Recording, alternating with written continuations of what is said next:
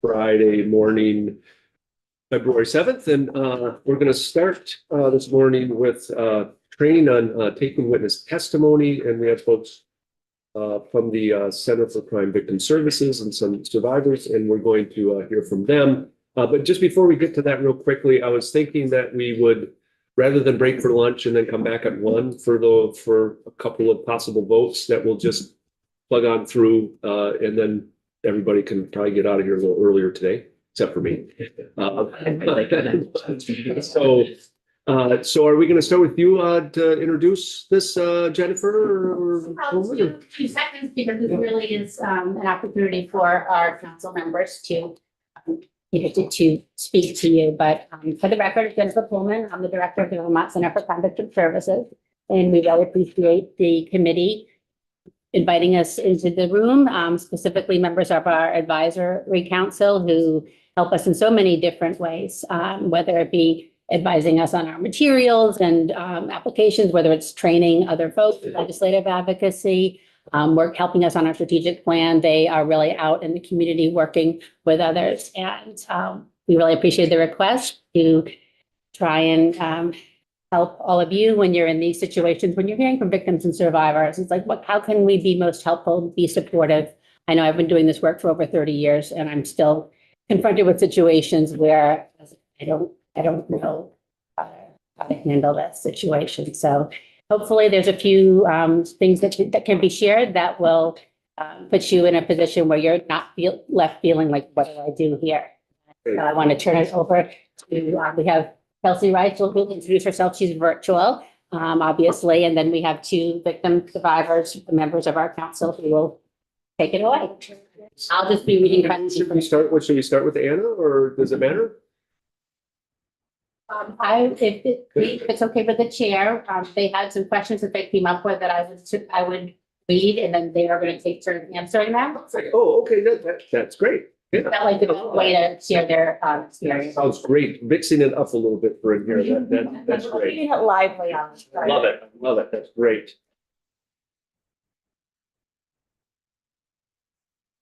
All right. Hello, I'm Anna Nassett, for the record, from Waitsfield. Good to see some of you. Nice to see you again. Nice to meet you all. You want to introduce yourself? Yes, I'm Taylor Russell. Some of you might know my story as Taylor Fontaine. I'm from Williston. You need this chair. No. Okay. So we're going to start by going over, and then we've got Kelsey up here. Hello, everyone. I'm Kelsey Rice, survivor of domestic violence. I apologize I couldn't make it up in person today. A little bit of the short notice. I'm down in Brattleboro. And a special hello to Representative Goodnow. I'm really happy that you are up there on this committee. Hey, Kelsey. Thank you. All right, we're going to start by going over some guidelines that you should have. A victim survivor listening guidelines, just to kind of highlight some of the best practices that we personally feel are important. I know it's challenging because so many of you, like when I'm in these rooms, we've got computers out, we're eating, it's, kind of lighthearted. And I think that's okay. One thing that can be really challenging for us as victim and survivors who have not been in these rooms is not understanding the format that you all have, and not understanding that, like, if you have your laptop out, you might be doing research the whole time. And so really identifying that to victims and survivors when they come in to be like, I have my computer up because I'm taking notes, because I'm looking up things that you're talking about, not because I'm not listening. So just however we can identify that for people, because we don't know how this world works a lot of times, right? So we said warning in advance. Yeah. Listening respectively and attentively, because, we're not used to testifying, having that eye contact, making sure that we're being heard. There's a lot of nervousness that comes into coming into these spaces and sharing really painful things about our lives. The eye contact, body language friendly, and then also really thinking about how we're speaking and mirroring the presenter's language and the terms that we're using. For instance, if I refer to myself as a victim, then you should probably refer to me as a victim. If I refer to myself as a survivor, then you should refer to me as a survivor. And the same with language around like assault, rape, mugging, theft. Using the words that we're using helps us feel comfortable and also is empowering because it means that you you're meeting us at the table, right? And we want to be at the table with you. Validating our experience and acknowledging what has happened is wrong without blaming or shaming or questioning validity. Very important. Yeah, so, we always want to start by believing. I was in this room several years ago when we had the Start by Believing campaign, day of action here. And so always want to start from that place of believing victims and survivors. And recognize that questions are welcomed, but we might not always answer them. We want your questions. Those of us that are here today, Kelsey included, we've been doing this for long enough that we're pretty steeled. We can take some hard questions, but other people that are coming in this room might not feel that way. And so having that permission for us to say, like, yeah, I'm not going to answer that, but thank you for raising that is always a good thing. Avoid checking clock, phone, focusing on papers, kind of that same thing of just letting that victim or survivor know that if they're testifying, this is why you're using those things. Avoid offering advice or sharing your own experience. We're happy to know that there are other survivors in the room with us, and I think that's nice to occasionally be able to identify that, but not taking it as a tangent to share your own experience. Don't minimize our experience either is a big one. Often happen. And I'll share a little bit more about that as we go through this today. And don't question why the presenter did or did not do something, because that implies blame, right? When we say, well, why didn't you go to the cops at this point? Or why didn't you do that? Like, it puts that blame on us, and that removes us from the table. Also, becoming defensive about an agency's role. That's a challenging one as well. Like, we're all in here with our own opinions and viewpoints and our own agendas. But when we have that opportunity to listen to the victim and survivor, really giving them that respect is important.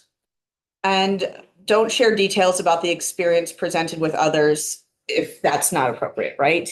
We're in here to share with you, and I know this is public record, but really holding that container and respecting that is so important to us. So those are some guidelines that we wanted to start off with. And then we're all going to go around and share a couple of questions and just kind of round robin it between the three of us as we answer those. So I think, Kelsey, we'll turn it over to you to introduce your story, what brought you to this work and legislative advocacy. All right. Yes, as I mentioned, I'm a survivor of intimate partner violence. I'm also a direct service provider supporting both victim survivors and perpetrators of harm. And I've been in the behavioral mental health field for about 20 years. So when I was seeking safety and navigating systems, I had that lens of being a professional service provider. And I was absolutely appalled what the experience was every step of the way navigating those systems. Largely for me, some experiences with Vermont State Police, Department of Corrections, and Brattleboro Police Department. Although I had many wonderful experiences and I share those all the time, I also had some really terrifying experiences that added to safety risk for myself and my children. So when I finally had safety established, I reached out to the Women's Freedom Center, which is our local domestic and sexual violence organization, the member of the Vermont network, just to share my concern for victims and survivors less privileged. I navigate systems professionally supporting people, and it was appalling to me. So I'll leave it there for now. I'll speak more to sort of what I do and my experiences testifying as we move along. I think I'm next.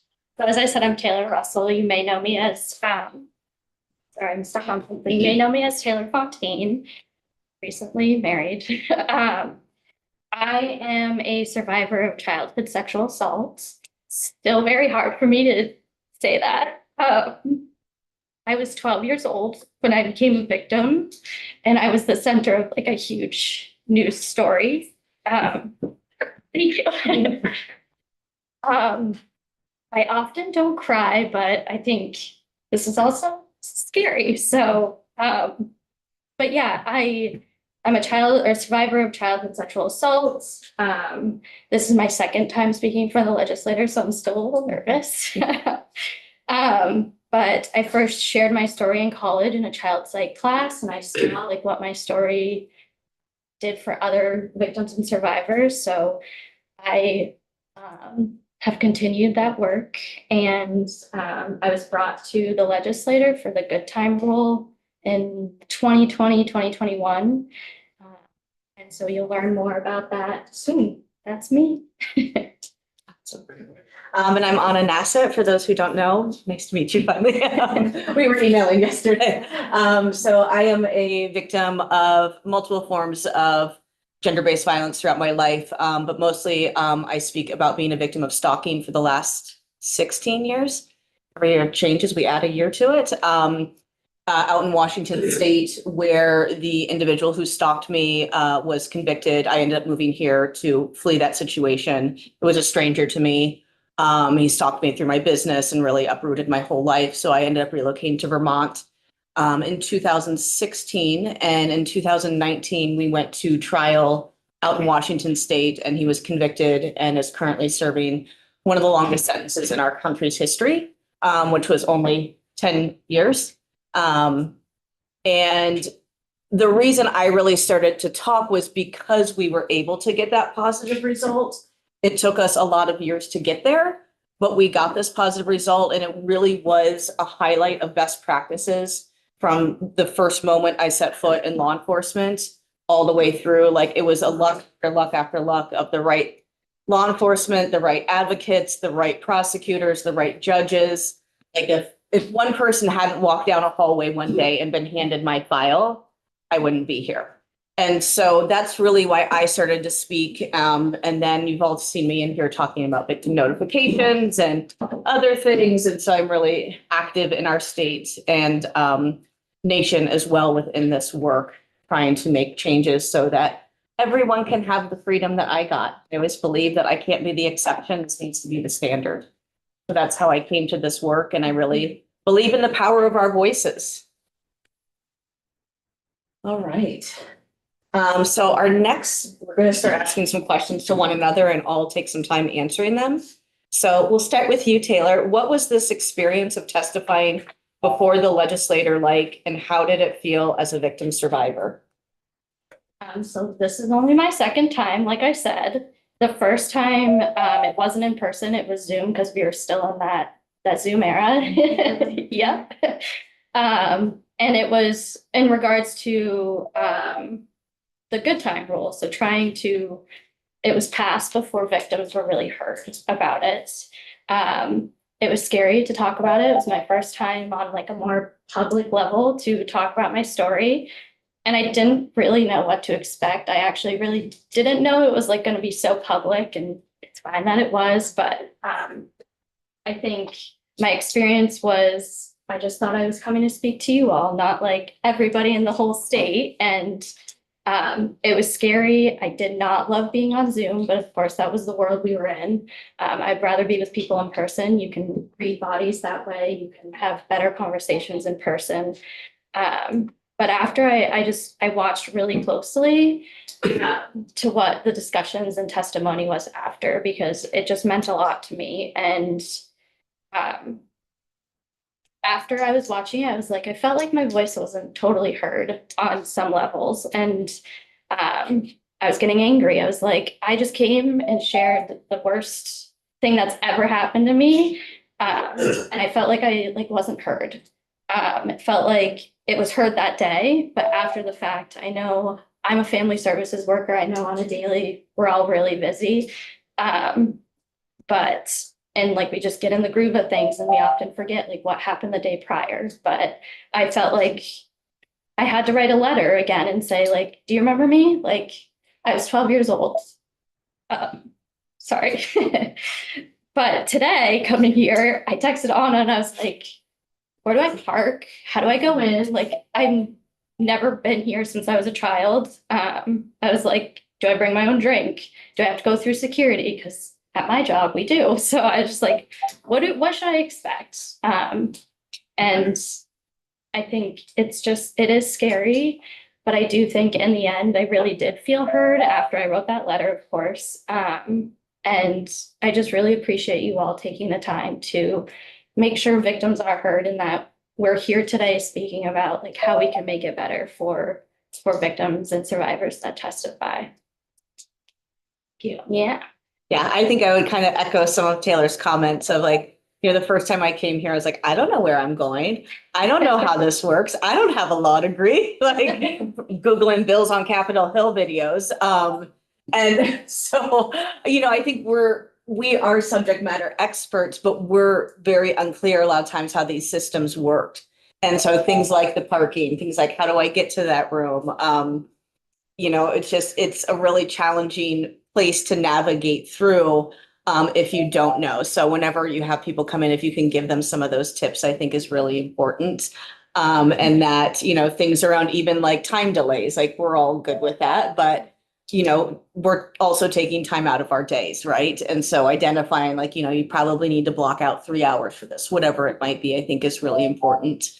For me, it's felt really powerful to be able to come in and speak. I had the opportunity last year to be at the White House a couple of times in the Department of Justice and was there for the 30th commemoration of the Violence Against Women Act, where I got to sit on a panel. And it feels really powerful to have your voice heard, especially when you're speaking about a crime like stalking that so often gets just ignored and is minimized. So I know that I felt a lot of power in that. And, on those federal levels, they did really good jobs of, giving us incredibly big instructions on where you're going, how to get there. The setup's going to be like a lot of like prep around that, which I always really appreciated.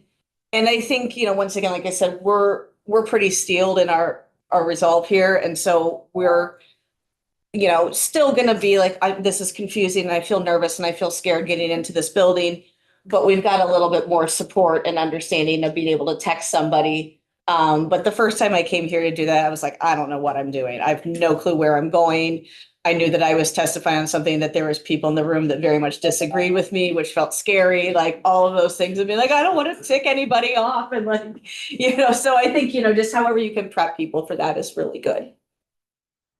Can I just say that this is gonna stop. Okay. It's a light and a bell that calls the Senate to the floor.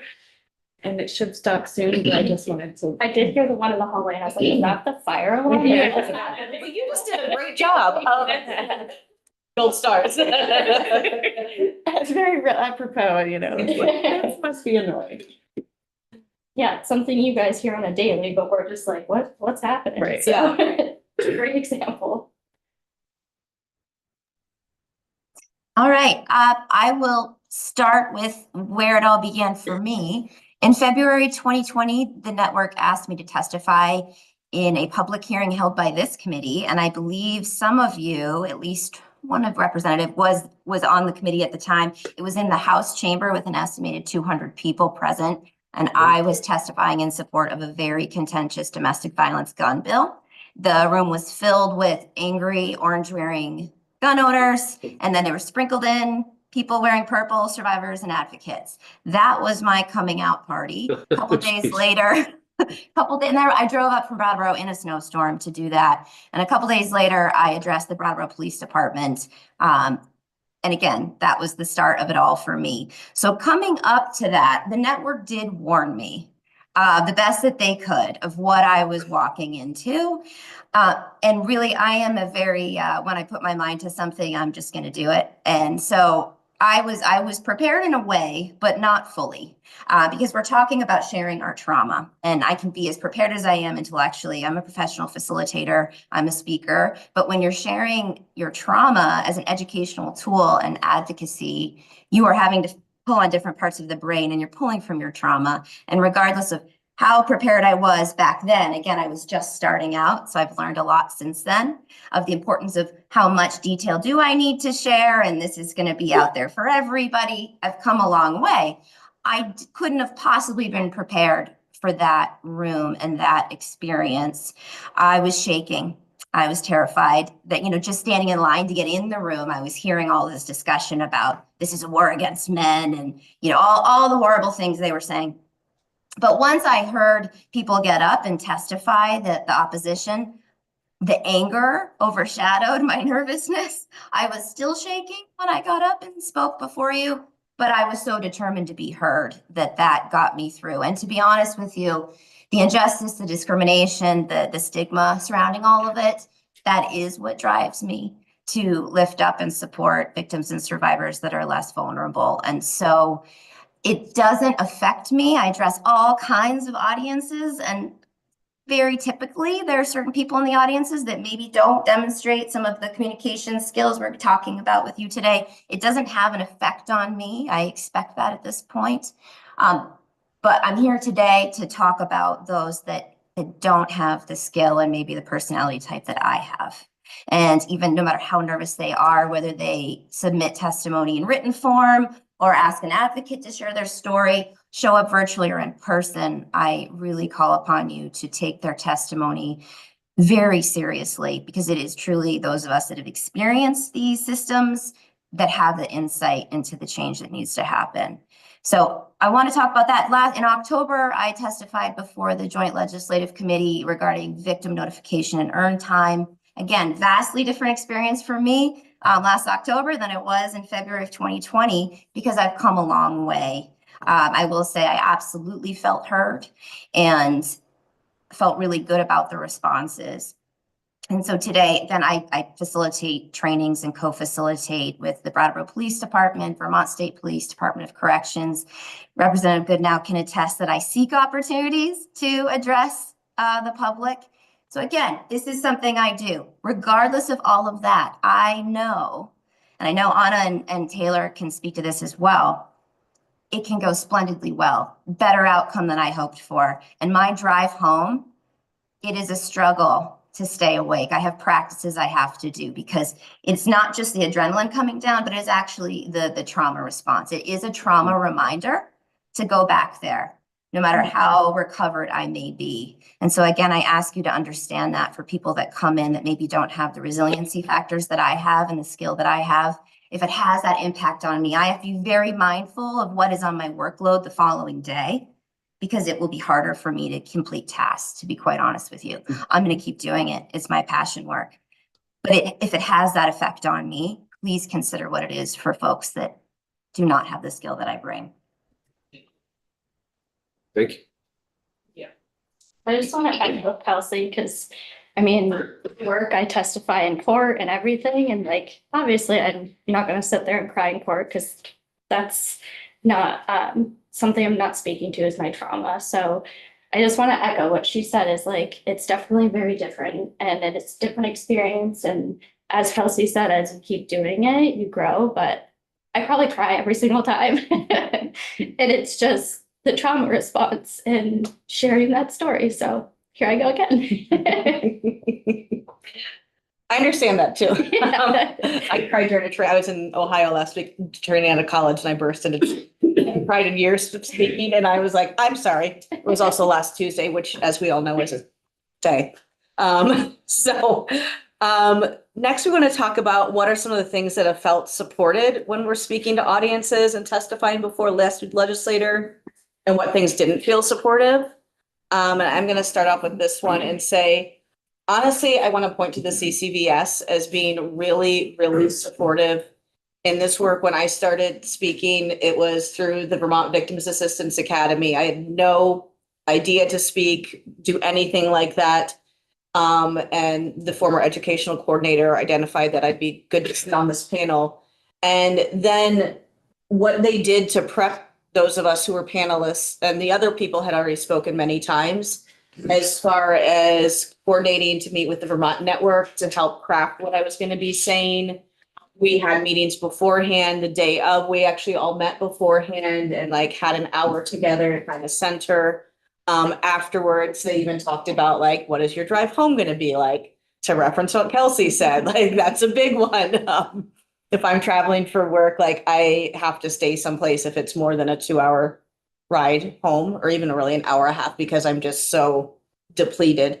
So they really started to talk to us about those things. And that felt really, really supportive, and things that I put into place. As far as like, I have playlists that I listen to when I'm leaving, things of that nature. I need to have something in my hand to fidget with. those types of things are really helpful to identify for people, making sure they have a water. Like I forgot my water today. They were so nice to give me a bottle out there. Just all of those things can be really, really helpful for a person. And even for you all just being like, so where are you going after this? Do you treat yourself to a cup of coffee? Just that simple question. Even if they have to go back to work or back to their kids, whatever it might be, that simple question makes the person testifying feel heard. And that's really important. As far as things that haven't felt supportive, where do I start? No, no, I feel like I really, like I said, credit the CCVS for starting me off on a really good path. I've had experiences traveling where I'm just like, someone like they're flying me in at 11 o'clock at night and I'm arriving and I have to start speaking at 8 a.m. And like, that's, not tenable. Like it doesn't work. And I've had to really learn to advocate for myself around those things. But I learned all of that the hard way of just being like saying, like, can you do 4 sessions in a day? And I'm like, I can't speak that long on this many topics, and had to really just kind of learn it from some missteps along the ways of, being stuck in airports and this and that, and really learning for myself where the really hard places are and what I'm going to need afterwards. Like the hardest place I'll ever speak is Fort Sill, Oklahoma, where they do basic training. And it is the most brutal training I will ever give. And I am so unwell after it. But how did I learn that? From doing it and being incredibly unwell afterwards. So I think we're always kind of learning, and we'll talk a little bit more about that with the next question, but I feel like that's a good place. I'll hand it over to you, Kelsey. All right. Okay. Things that have helped us feel supported when speaking to audiences testifying before the legislature. For myself, I personally really love questions. In fact, I've been thrown into situations speaking and testifying where the person who invited me in was on the sideline. Like some of the questions coming could definitely be considered very outdated and offensive. But I love questions because that's opening the dialogue, right? Like these are the things people are thinking and wondering. And so I want to answer them. But quite often on the other side of that, what I find sharing a survivor story, people are afraid to ask questions. They're afraid to be offensive. And so for me personally, and it's not everyone, some people I think are nervous being put on the spot with questions, so they may not feel prepared. For me personally, I feel more uncomfortable if no one asks questions, to be honest with you. I've learned to be okay with it because I know there's this level of discomfort when someone stands up and talks about really horrific things. And so I'm okay. But earlier on, that made me more uncomfortable because when you ask me questions, you're signaling you're listening and you're striving to understand and apply this education. So for me, that's huge. And certainly really appreciate eyes on me, right? I really appreciate that. Understand I encourage people to take notes, but as Anna mentioned in the beginning, it's important to give that heads up to the speaker witness that's testifying to say, hey, if we're doing this, this is why. Because if you don't, I have a habit of watching your committee meetings and the Senate Judiciary and others. I know if it regards victims' rights, I have a habit of watching you all. And for some people, and just in general, it comes naturally.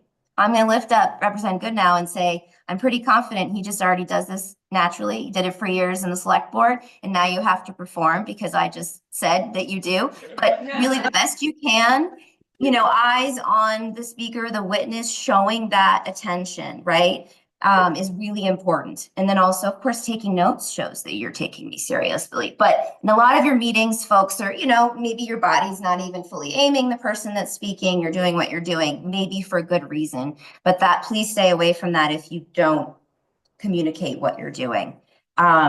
But also what Anna said, the network and the center are phenomenal at preparing us and giving us all the information needed and as much as they can and offer options. So to the extent if an advocate or anyone says, hey, we have a witness, but they want to bring a support person, I please encourage you to allow them to do so, whatever they may need to do this for you. It's a service. For myself personally, what makes me uncomfortable when people make assumptions that I might need supports that I don't. So I really like when it's just the options are out there, right? Recognize us as individuals. We may not all need the same level of support. And for me, acknowledging that I feel more seen, right? And so just giving as many options as possible and as much as you can adapt what it could look like is really important. I echo everything they said, and I think one thing that really helped, and I don't know if this was just like via Zoom, was everybody introduced themselves, because obviously, like, I can see who you all are on the internet, but like coming here in person, like I have no idea who you all are. And I'm sharing something that is really traumatic, and just like knowing your names and just knowing like faces to names. I'm not somebody, like, I can see what you look like on the internet, but seeing you in person is different. I think the other piece was after I testified, like I was thanked for being there. And that just meant a lot, because it does take a lot of energy and time to come here and do this. And thankfully, I have a very great support network and a great environment at work where they were like, take the morning off and go. Like, that's awesome. And then the center also is amazing, and they explain every step of the way. And I know sometimes like trauma response is you don't even remember what they said like 2 minutes ago, but yeah, that's important. And tissues always are important. Love fidgets. That's a great idea. I used to be a school teacher, so fidgets are just like my jam. And I think what didn't feel so supportive was just not being called and explain the process of like what this looks like. It's a lot of like email, what's going on here, what's good, this is what to expect. I think that's the biggest thing that was like difficult for me, was like I really didn't know what to expect. And although I know Jen definitely told me, I probably couldn't remember, but just getting a call from somebody that's in it every single day, I think is important. And just explaining like, this is where you park, this is where you go. Yeah. And then the support person, I know my support person is listening right now. It's my mom. She testified with me last time, and just having that person is really important. So here we go again with the tears. Thank you. Yeah. So can I ask a question on that one? So have you been offered, or have you asked in certain situations, or maybe not you three, to have more anonymity? Because we can provide that, like on Zoom, the person doesn't have to put their name on, they don't have to have video on. We actually have control where we can have a camera just looking at us. I mean, has that been an issue that you've confronted where you've wanted that, or people have wanted that you've dealt with? I guess that's to Jen as well. Yeah, I've never had that asked or offered, but I'm also very public, outward facing. Right. But I mean, that is a good question, because, you know, as I think towards the future for myself of like this guy getting released from prison, you know, maybe I will need to do that if I'm testifying, to have some more anonymity. So, you know, there are those, I think that's a great option for people to possibly have. And we did this last biennium, we had somebody in where we did the camera differently so that wouldn't be on, you know, because it's on YouTube and such. Yeah. The other thing, I'll just make a comment that we had a child of a victim that we're dealing with this very powerful testimony. And our committee assistant did a great job. I came in here and he was on Zoom, I think, with her, really going over what this was going to be like. And I know that you also contacted her. So I just want to, you know, note that Nate did a great job with that just the other week. Yeah, that's awesome. Like, well, wanted to lift up one thing, and just kind of thinking is like something that I think would be nice if anybody ever feels compelled, is to, if you feel really moved by a piece of testimony, to email that person afterwards and say thank you. I'm going to lift up General Knight. Every time I've gone to work with the Vermont Guard, he sends me a handwritten note afterwards. And that means a lot to me, right? Like that means a tremendous amount. Like that's something that I've saved, because that's really special. And it really feels like you're heard and supported in those moments. So if you ever feel compelled to do that, like, please do. it means a lot. I echo. Okay, yeah. Representative Dolan did that via email. I don't know if it was exactly a thank you, but you were like, I want to follow up and talk more about how we can support victims and survivors in Vermont. And like that meant a lot. So Mhm. Okay. yeah. So we have one more kind of section that we're going to go over and then leave it open for questions for you. And I'll start with Kelsey. What have you suggested to others as they prepare to testify or speak? I touched on this, I think. It's important for victims and survivors to understand that the testimony will be accessible online, potentially. They're written and a recording of it, and then it's going to stay there. That awareness might help them guide what they want to say and not to say, where they might share detail, where they might speak more generally. That's a really important thing to know, that this is not just held in this container with you all. And while it might seem obvious to all of you, hopefully we're expressing that it is not obvious to the average person. That's really, really important. And also to consider safety. When the Brattleboro Select Board appointed me to a committee that was intended to be comprised of individuals with lived experience of harm, I didn't realize that my home address, my work address were going to, and my phone number and all my contact information would be posted publicly online.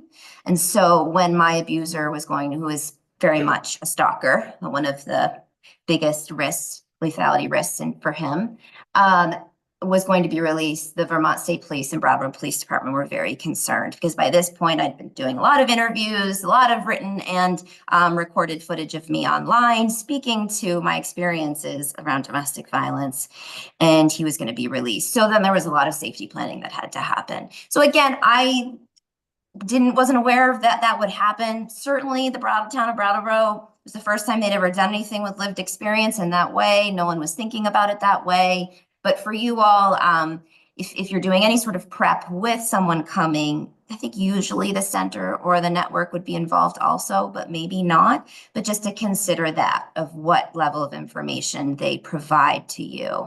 And also in their written testimony, if that's going to be submitted, what level of information they put in there for safety reasons.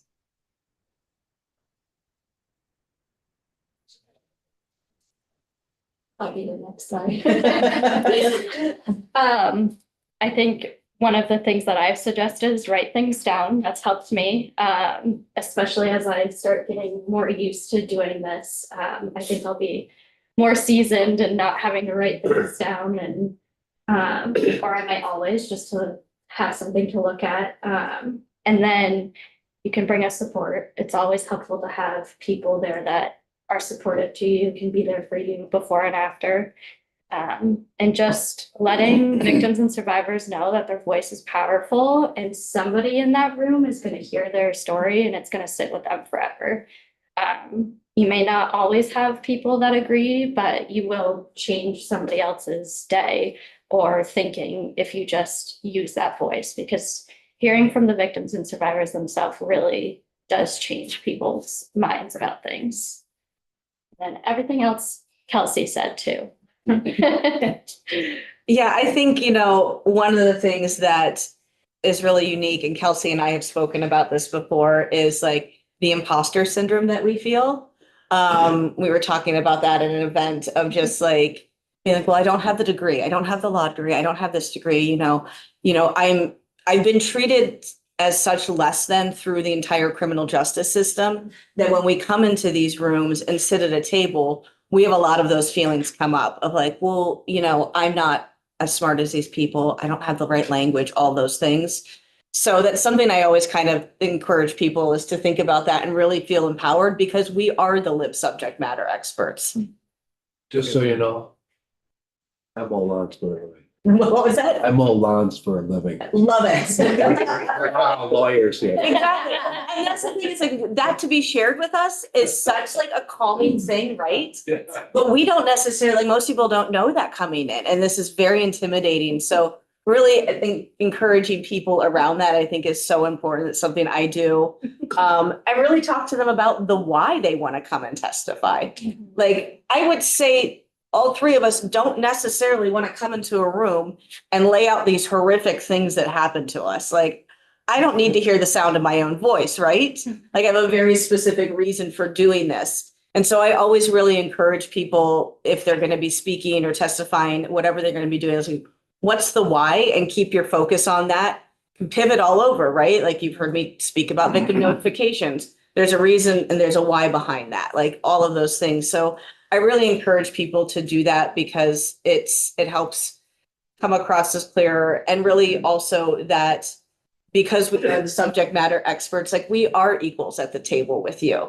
And I'm really glad like today that I think it would have been a different conversation if we were sitting here versus sitting here.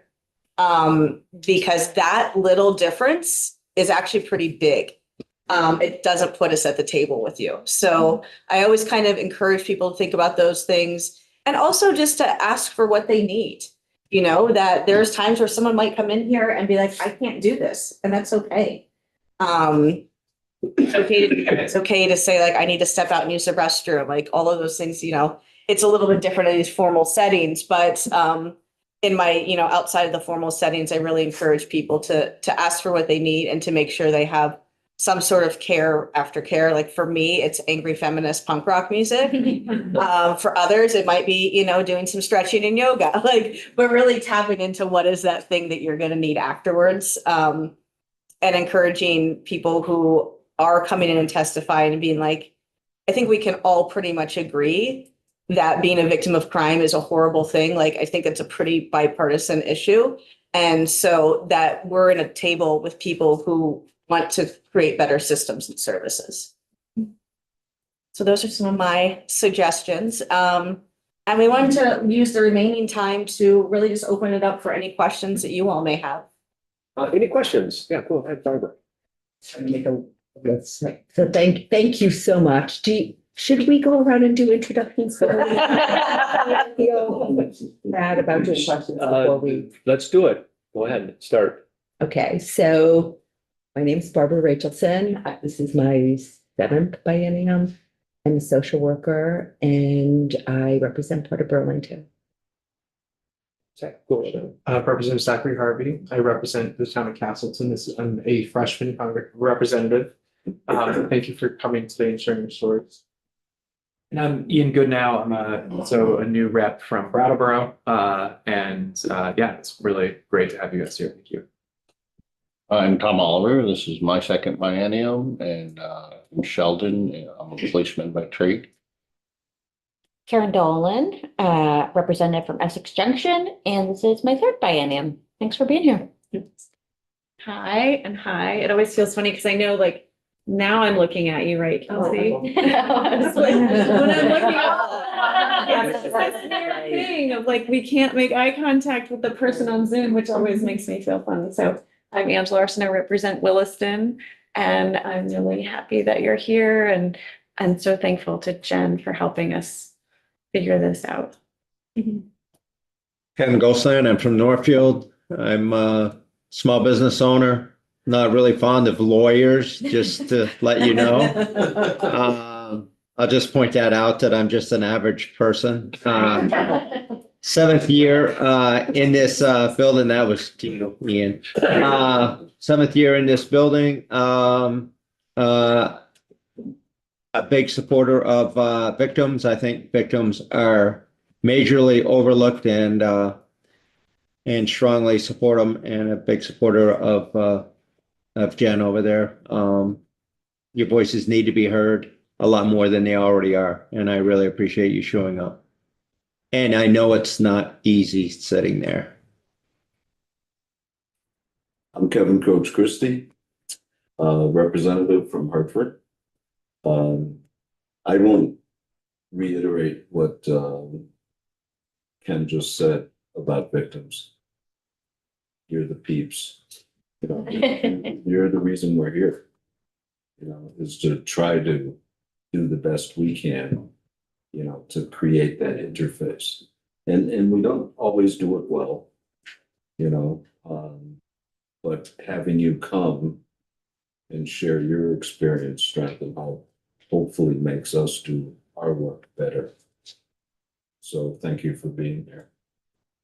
Yeah, Martin Malone, representative from South Burlington. This is my sixth term and really appreciate you folks coming in, and we'll have you in down the road if we're dealing with these kind of issues. And we definitely work closely with Jen to try to make sure we get the victim's voice, but we can continue to do better. We definitely can. So this has been very nice and very, very helpful.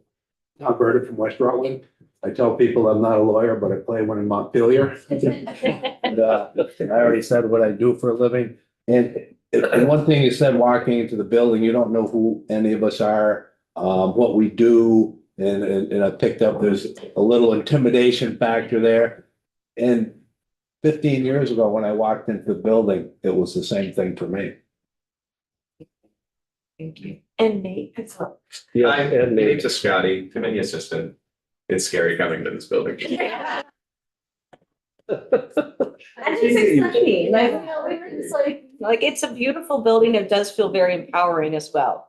It's a mutual I thing. was looking at things like a little kid. I was like, I haven't been here since I've like been on a school trip. This is so cool. I just want to jump in for a second. I have a hard stop in 2 minutes. And so in case I don't get a chance to say it, thank you so very much for having us in. I was also recently appointed to the Domestic Violence Fatality Review Commission for the survivor seat. And I appreciate all your discussion recently regarding the recommendations. And you'll hear from me more about those in the future, I'm sure. But really, truly, if you have any questions before I go, I'm happy to answer them. If not, thank you so much for your time. I think Barbara had a question if you still have a minute. So, and I'm not sure who would answer it, but in hearing, about giving options and the post-trauma response about hearing and remembering, I'm assuming it would be really helpful if we also sent people things in writing. So my question is, having worked with clients over the years, I know there are clients that it would just be so hard for them. I mean, they say, I can't go in there. I'm worried about just what it would do. So I'm wondering if it feels empowering or not, because it's just helpful to know if having somebody that you've worked with professionally come in and share your, somebody's story, if that's something that feels like it's a helpful option or if it feels like it's not. I mean, I think that if that's permissible, then that's a great option for the people who are like, I can't go testify, but I'll let this person do that. And I think that whenever you give a victim survivor options, that's once again showing them respect. And, because going through this process, we don't get a lot of options, right? You're just like, okay, I have to show to this hearing and this and this. Like, you don't get those options. So whenever we can and make those exceptions to be like, would you be okay appearing on Zoom? Is there somebody, would your advocate be able to come and share your story? I think are really good things. And I think we have blurred, I know a few years ago when we did a stalking bill here, we had a victim come in and somehow the person was in person, but like there was a blurred. So we just have a camera from It that was up there. I feel it was pre-Zoom and their voice, we were able to, Oh, or it was like, Yeah, I don't maybe it was remember. the TV station that was here. yeah. No, Yeah, so I just we wanted do to need quickly look- add all the options you're talking about. Yes, please. And I believe, and if I think Jen quite often and members of the network also share testimony on behalf of advocates. And Jen just does such an amazing job every time she testifies in any way possible. And I just ask you that when Jen does that, or a member of the network, that you please take that and accept it as credible testimony from a victim survivor. They are doing that with the utmost care of sharing our story and not altering it to any agenda. And so it is very empowering if they've entrusted Jen or the network to do that. So please do take that just as seriously as us showing up and giving in-person testimony. Thank you all so much. Thank you. Thank you. Thank you. Other questions? Go ahead, Angela. I have at least one. So oftentimes when we hear from victim survivors, right when they finish speaking, there's kind of that like So moment in the room. And my inclination often is to like allow that moment, just create that, hold that space. For what, it's almost like no matter how long you hold that space, it's going to be uncomfortable for some people. But my inclination is to hold that space. And then my inclination always is to say something. And I often wonder if I truly, sometimes, what we've just received is, it takes time to process and I want to process it respectfully and I don't want to just spit out a question, but I want to say something. And so often I'll just, if no one else is asking questions for me, I'll just say, thank you so much. I can imagine this was difficult. We really appreciate your testimony. But I worry that could come off as condescending. And I know that this could be a really it could vary, but I'm just wondering if you have any thoughts on that generally. And I never want to seem like it's dismissive, like, yeah, thanks for coming in. It's not, I never mean it that way, but that's what I'm always like, oh, did I strike the right tone? Like, do they know how much we value what was just, what they just shared? Yeah. What do you think? I think just saying something for me, even just saying thank you, like I said, like it meant a lot because you're acknowledging like my time and effort for being here. And that like pause after, like I hate silence, that's just me, but also it is nice because it also seems like, wow, like these people are, I think, thinking about what I just said too. And as I grow as a speaker, like I know that silence is like them taking it in. I mean, hearing what happened to me at 12 is hard. So yeah. Yeah, we've made you uncomfortable. Yeah. And so I think that silence is natural, right? Like we've shared something really painful and brutal. Everyone feels slightly uncomfortable. And I think the very fact that you are quite like, what do I do? It means that you are hitting the right tone. So I think that's part of it is that like, we're coming in with really challenging things and it's fine to acknowledge that and just be like, wow, thank you so much. That was really challenging to hear. I can't imagine what it was like to experience it. Things of that nature, I think, are really helpful. I don't know if that was quite the right term it was not the right phrase exactly, but saying something is better than saying nothing. And allowing what our testimony is to actually affect you, I think we can see that. We can see that in your faces when we know that we've affected you and hit a chord. And so acknowledging, I think, is really important. And then, asking questions, like asking uncomfortable questions is okay too. Like I said, we might not answer them. But for those people who are in the room, like Taylor or myself or Kelsey, like we've been doing this long enough that we're willing to answer some pretty tough questions.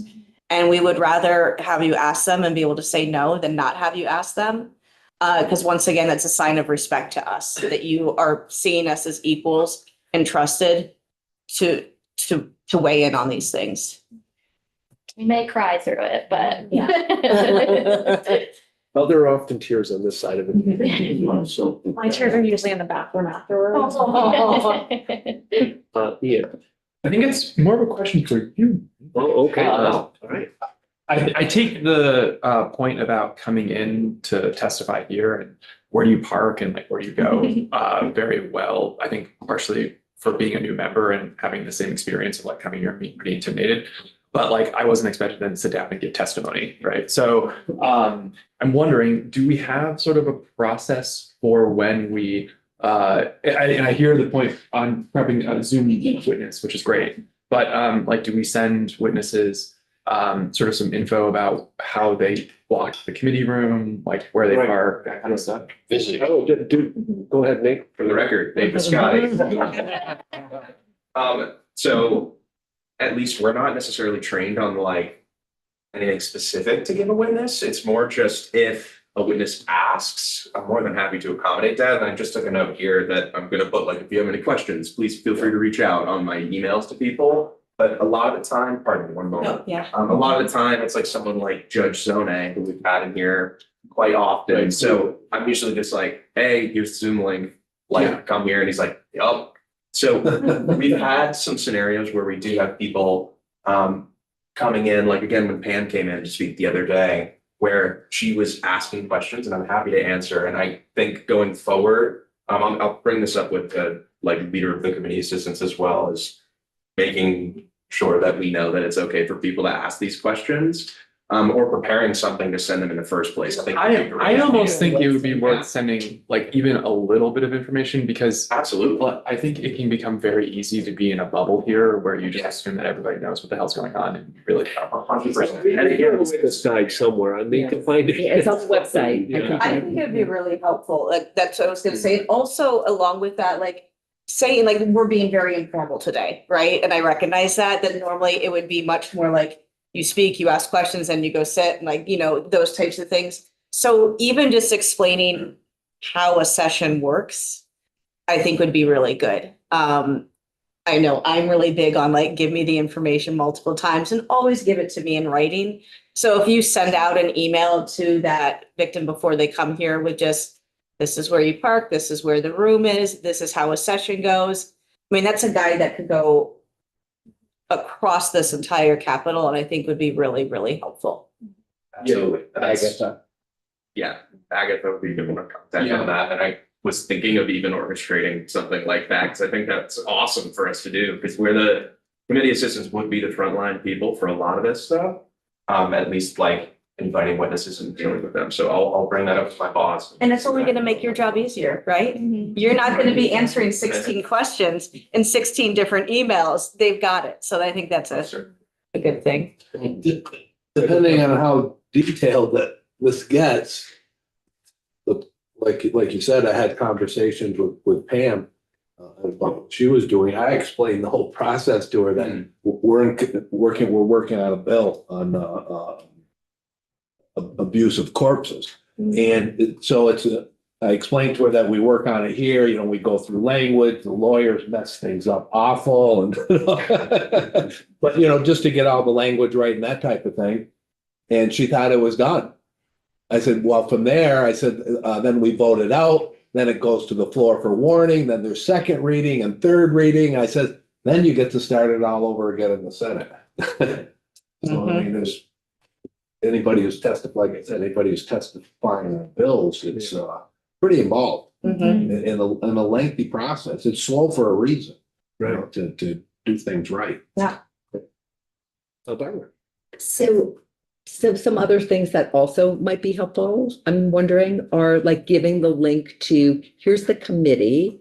If you want to watch on YouTube to see what a hearing was like, because unless somebody lives nearby, and here are the people on the committee. Because usually if I've sent someone, I'm like, look and see who's on the committee, so you can sort of see, but that's like putting a lot, I realize, on the witnesses, but having them have that option to look at that. So, and the other day when I was testifying in a different committee, I went early because I wanted to watch how they treated the witness before me, because it was scary, obviously, but and I know that's hard, right? Because they're working and they can't necessarily do that.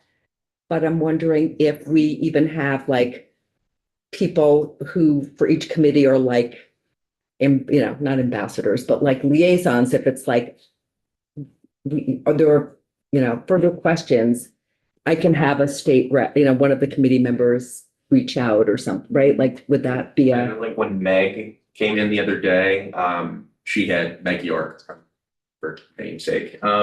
She had emailed me about like, I've never testified before, and I told her to look at the YouTube if she had wanted to see it like practically. I think that's a good idea and something to include in this document, however what form it would take. But I think that's a great idea. To include that. I agree. I think you're thinking of things that like, I didn't even think of asking the question about like, where do I park until I texted on and I was like, I don't know where I'm going. So. And they may have even told us that, but we're still gonna forget. But having it in writing where I can just pull up an email and just like, oh yeah, they sent that information to me would, I think, be really helpful. And if you do come up with a document, there is the Center for Crime Victim Services, Crime Victims Advisory Council that is happy to review it for you. Because that's part of what we do, is review those documents and things of that and make recommendations.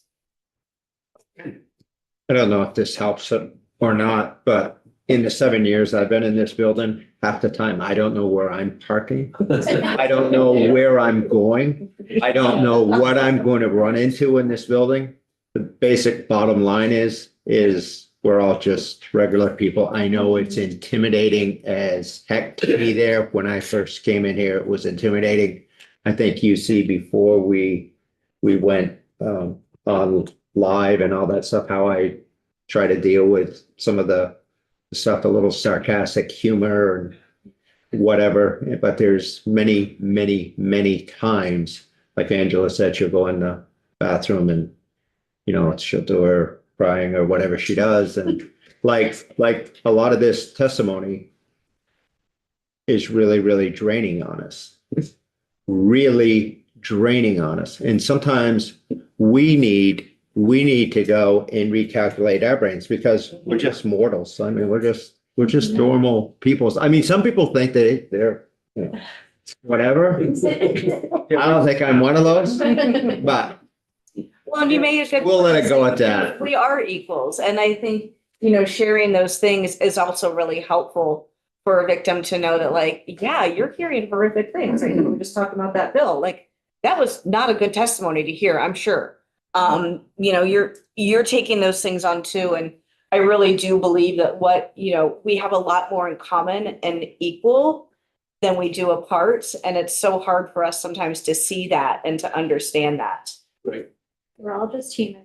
Yeah. So yeah, I haven't emphasized it yet this year. I should have, but we really want to focus on our self-care as well. And if things are tough, take a break, take a walk, and recognize that, because we do have that. So I really appreciate your time. This was really helpful. This is great for setting us up for hopefully the rest of the biennium as well to improve what we're doing with victims. So yeah, I really appreciate it. Thank you all. Thank you very much. So we are not going to plug right through we're going to break for lunch because I do want to have Alicia is on her way and we'll be here by 1. So the afternoon lineup is, so I think we should go ahead and have a walkthrough of this one bill, H28. It's pretty straightforward, but I do want to just kind of get it in front of folks because it is one I want to pass out. Then we're going to have Ben with H41 and 44. Any further discussion of the vote. And then, and I hate to say this particularly with Ken here, at 2:00, we're going to have like a 10-15 minute walkthrough of the adoption bill so that people have the latest version to have over the weekend because I'm going to try to vote it out on Tuesday. So that's why don't we meet